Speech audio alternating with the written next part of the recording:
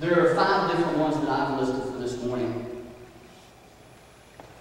And their ideas, their opinions, their reasonings, they exalt themselves against God. And people will build on the foundation of pride, and that might come in the form of worry. And we begin to lay bricks. Because you know what? I like it here. You know, I'm comfortable here. And we come to this place and we begin to, instead of focusing on what God has and allowing peace to indwell our lives, as it says in Philippians chapter 4, we begin to take an opinion that's different than God's, and we begin to lay bricks of worry in our lives. Well, you know, I just hope that it doesn't come through that way.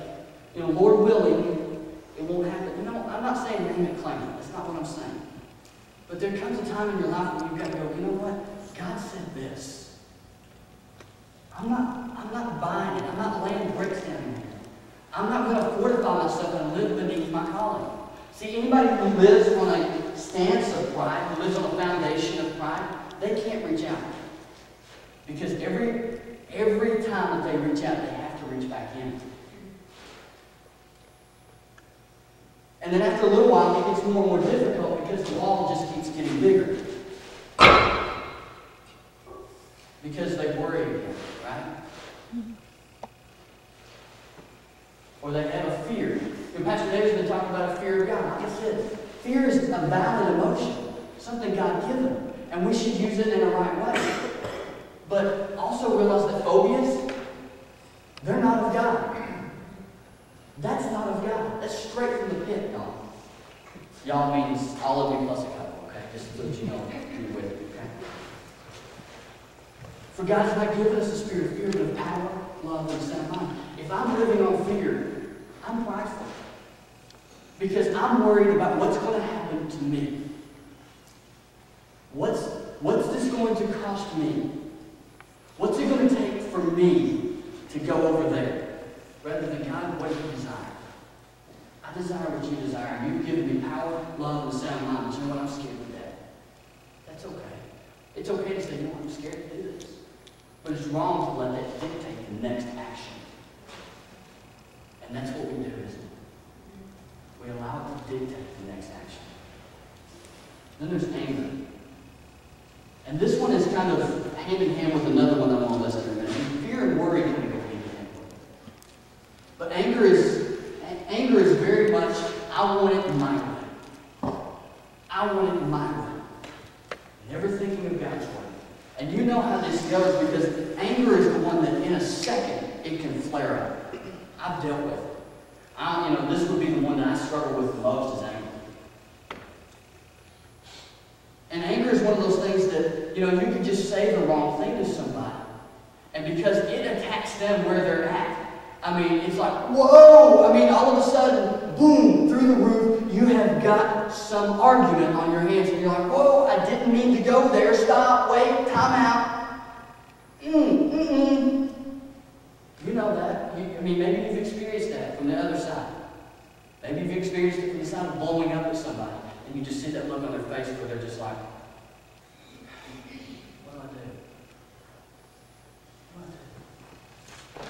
I remember the first time, or the last time that I really snapped at my mom. It was, I was about 14 years old, 13 or 14. And my mom asked me to do something. And I said, I'll get it in a minute. And she said something along the lines of, no, I need you to do it now. And I kind of snapped at her and very harshly said, I'll get it in a minute. And I remember looking at her eyes and just watching her. And it was just like, what do I do? Because I was standing here going, I want to do things my way. Let me do it my way. Then there's lust. Lust and pride, lust and anger go hand in hand. If you've got anger, you might have lust as well. And lust is I want it, and I want it now. Very, very simply put. God's given us promises, and we go, okay, God, now, God, now. Right? And we just start really running ahead of God in these areas because it's all about us, isn't it? And we're standing on our foundation of pride, and we're laying these bricks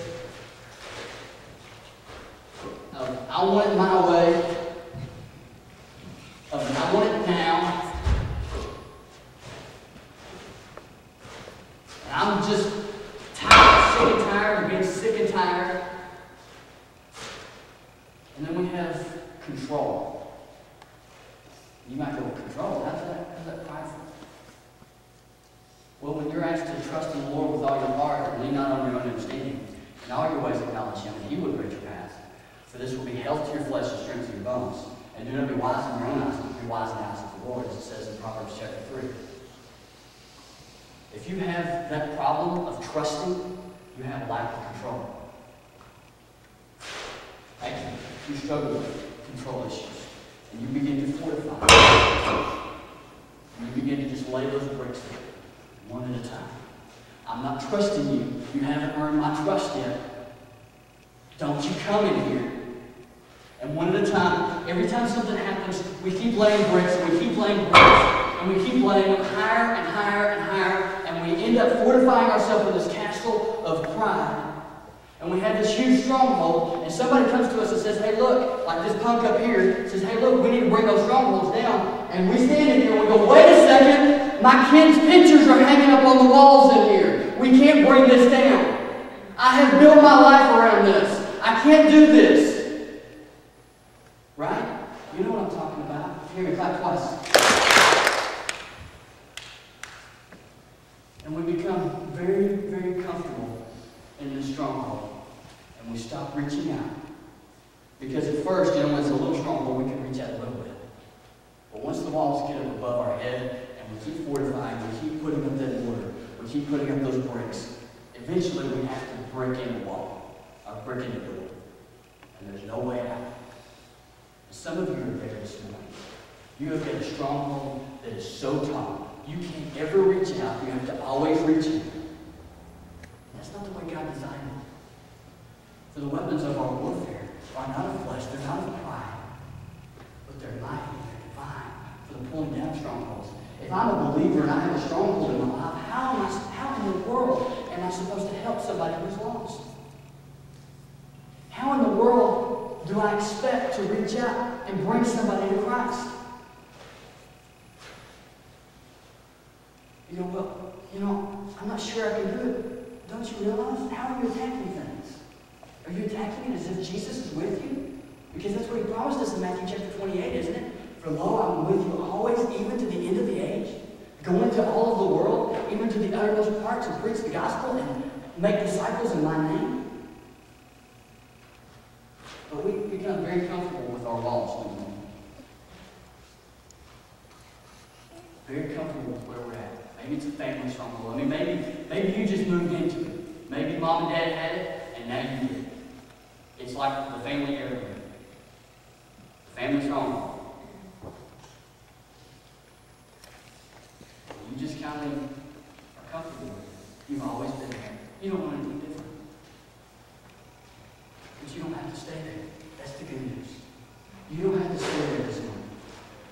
Because as it says, the weapons of our warfare are not of flesh, but they have godly power. They have divine power to destroy strongholds. You know what's kind of amazing?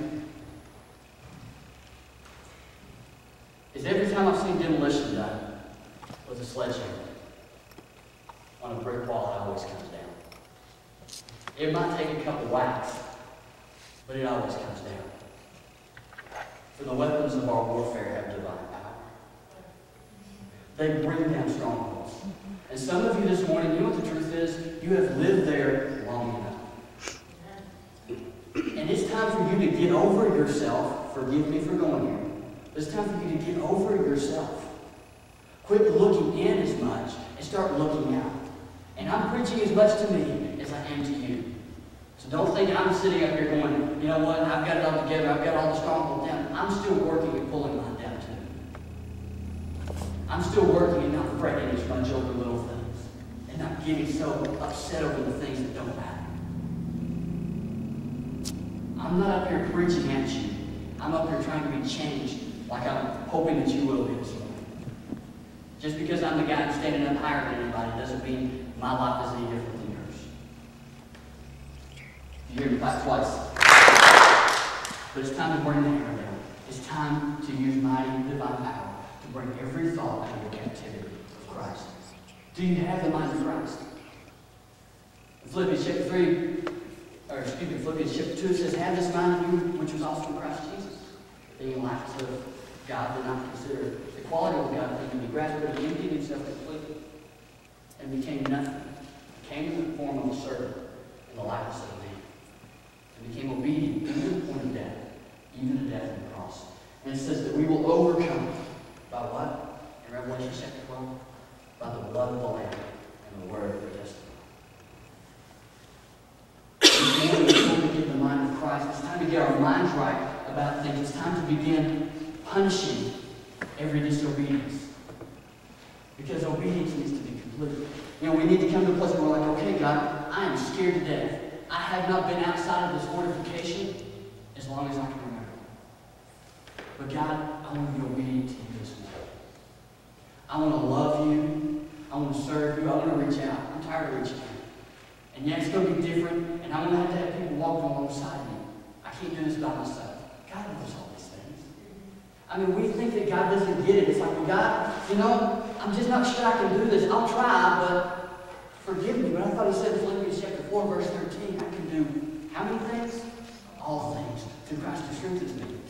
If you're saying, well, you know what, I'll try, what you're saying is, I'm going to do it through my power. I'm not going to use the sledgehammer that God has designed to bring down strongholds. What I'm going to do is I'm going to go find a little tack hammer. I'm going to sit there and take on the wall.